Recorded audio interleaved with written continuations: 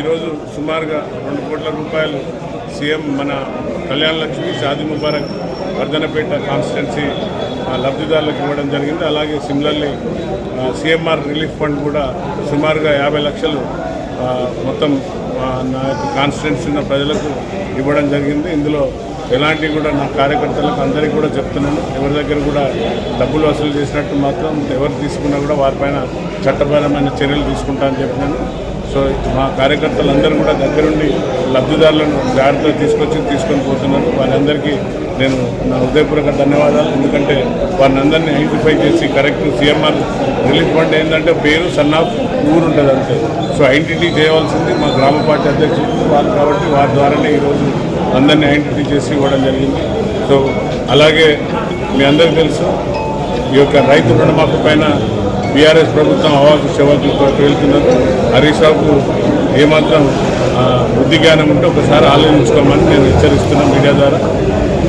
గత ప్రభుత్వం మీరు రుణమాఫీ అని చెప్పి సంవత్సరాలు గడిపింది.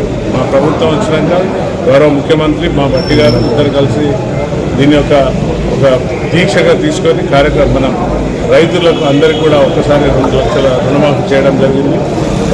మొదటి దఫా 50 లక్షలు, తర్వాత 1 లక్ష రూపాయలు, తర్వాత 2 లక్షలు. సో వీటిపైన కూడా అన్ని అవాకు చవాకులు పెడుతున్నారు. తస్మాత్ జాగ్రత్త, కాంగ్రెస్ ప్రభుత్వం రైతుల కోసం ఉన్నది. మేము నాయకులను కాదు సేవకులు అని చెప్తున్నాం. అలాగే ఎవరైతే రైతులు 2 లక్షలు రాని రుణమాఫీ రాని రైతన్నలు ఉన్నారో వారు ఎలాంటి అధైర్యం పడకండి. చిన్న బ్యాంకుకు, తర్వాత ఆధార్ కార్డుకు, అలాగే ఐఎంఎఫ్ కోడ్ అంటే బ్యాంక్ కోడ్కు లింకుగా కొన్ని ప్రాబ్లమ్స్ వచ్చినాయి.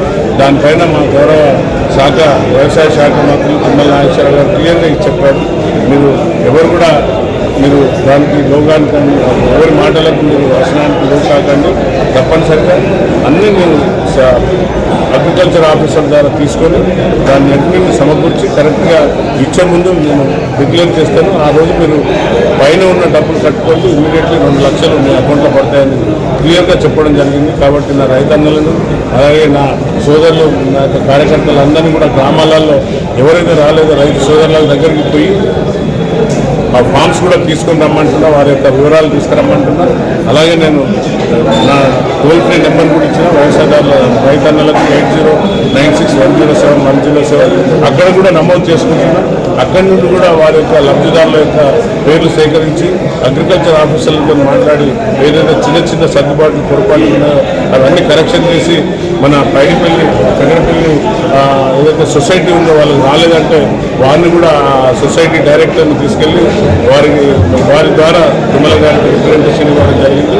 ఎవరు కూడా ఆధారపడకండి, 100% రైతు తరఫున ఉన్నదని ప్రభుత్వం వాగ్దానం చేసింది. తప్పనిసరిగా నా రైతు సోదరులందరూ కూడా సమృద్ధిగా వర్షాలు పడ్డాయి కాబట్టి వారి కళ్ళలో ఆనందం ఉంది. వారు మన తెలంగాణ సస్యశ్యామలంగా సుభిక్షంగా ఉండాలని ఈ యొక్క గణేష్ నవరాత్రులు నా సోదరులందరూ జరుపుకుంటున్నారు. కాబట్టి గణేష్ ఉత్సవాల సందర్భంగా అన్ని జాగ్రత్తలు తీసుకొని పండుగను మంచిగా జరుపుకోండి. గణేషుని యొక్క విఘ్న యొక్క ఆశీర్వాదంతో తెలంగాణలో వ్యవసాయదారులందరూ కూడా సుభిక్షంగా ఉండాలి, ప్రభుత్వం కూడా సుభిక్షంగా ఉండాలని కోరుకుంటుంది.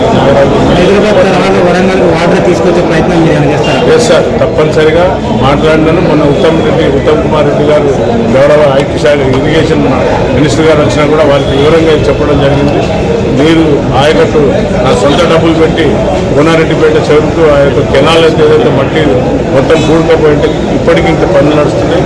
ప్రొక్లైన్ పెట్టి మొత్తం క్లీన్ చేపిస్తున్నా. రైతుల పక్షాన పనిచేస్తున్నా. నేను 100% వాటర్ వచ్చే దిశగా మేము పనిచేస్తున్నాం.